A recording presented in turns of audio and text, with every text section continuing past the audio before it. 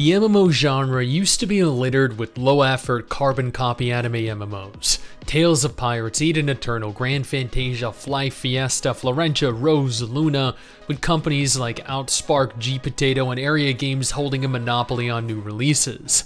The vast majority of those MMOs were heartless, they were soulless, lacked any personality and subsequently longevity, which is why, honestly, the anime subgenre of MMOs is in what is arguably an irreparable state. But not all hope is lost. Thanks to the emergence of Genshin Impact in recent years, the anime genre of video games not specific to MMOs has seen an overhaul in not only visual appearance, but also in terms of content. New life has been breathed into the genre, and there are new MMOs on the horizon that hold promise, anime and non-anime MMO alike, which is why we're here today. There are 5 incredible looking anime MMOs confirmed to be releasing this year, and while not every title will successfully launch, some will ultimately end up delayed, I have no doubt, this provides us something to look forward to. Since we're all anime fans here, I feel like today's sponsor fits just right. Tower of God Great Journey is a brand new RPG adaptation of the overwhelmingly popular webtoon Tower of God, having accumulated over 6 billion views since its inception. You can start your journey right now by clicking the download link in the description and the pinned comment below and obtain 50,000 gold, the epic quality hero in Dorsai, and 10 salmon tickets, making it that much easier to start off with your favorite character. Tower of God Great Journey allows players to build their own team featuring their favorite characters for the original webtoon, gorgeous in-game models, some pretty sick animations, all with their own respective stories, ignition weapons, and abilities. Players will tackle the main story as Bam and Viol, clear missions through Revolution Road, earning rewards such as transcending materials and ignition weapons. There's a gear sharing system allowing characters to equip the same gear simultaneously, removing unnecessary grinding. And most importantly, you continue to accumulate rewards while offline, meaning that you can log in at any time, anywhere, and get substantial boosts to help push you through the game. Tower of God Great Journey just launched, thus now's the time to try it out. So what are you waiting for? Click the link below to download the game right now and claim those juicy rewards. Now let's take a look and see if there isn't something us anime fans can get excited over again. We're going to tackle this alphabetically, beginning with Blue Protocol. Blue Protocol is an open-world anime MMO developed by Bandai Namco and published globally by Amazon Game Studios. This is a gorgeous game with a lot of unique features, setting it apart from its competition, like its class system. There is no Holy Trinity, meaning no tank, healer, DPS. Instead, every class is required to utilize their own abilities to self-sustain.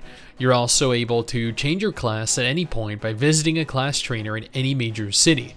Gear progression and acquisition is very different, and so that you don't receive gear drops from bosses or dungeons and raids, rather, you obtain materials that you use to craft gear, allowing you to farm materials for a variety of gear at once without fear of being the only player in your group to miss out on loot drops.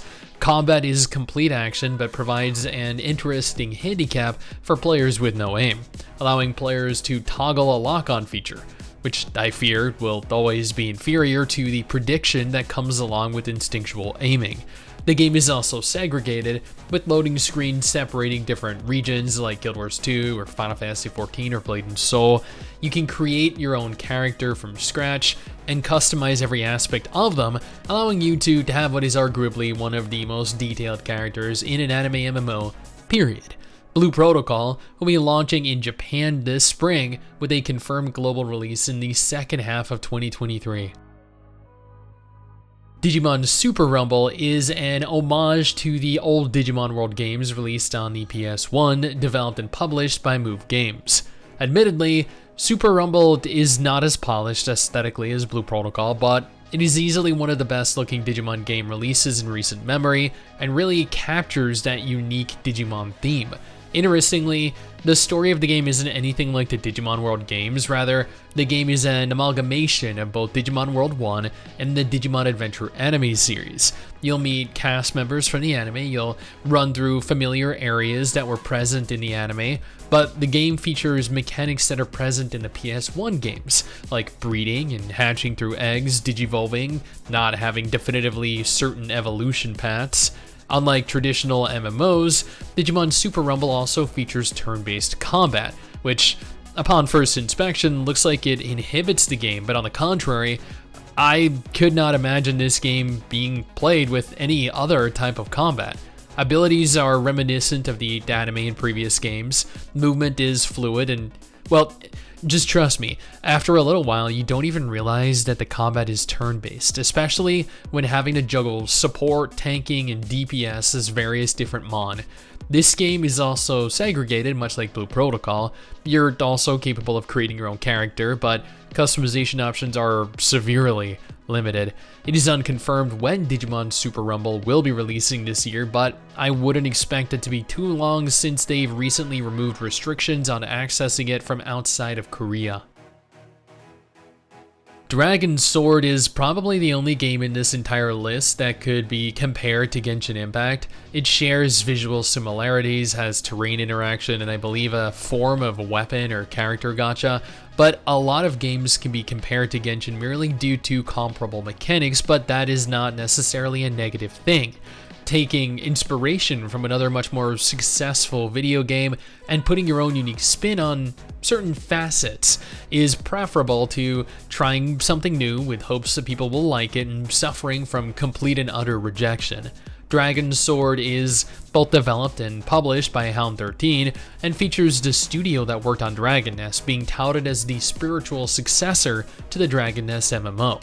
Much like Dragon Nest, Dragon Sword is going to feature a full action combat system. As you can tell from the trailer, it has more enemy interaction than probably any other anime MMO currently available, allowing for players to scale boss monsters and hit weak points, dealing exponentially more damage.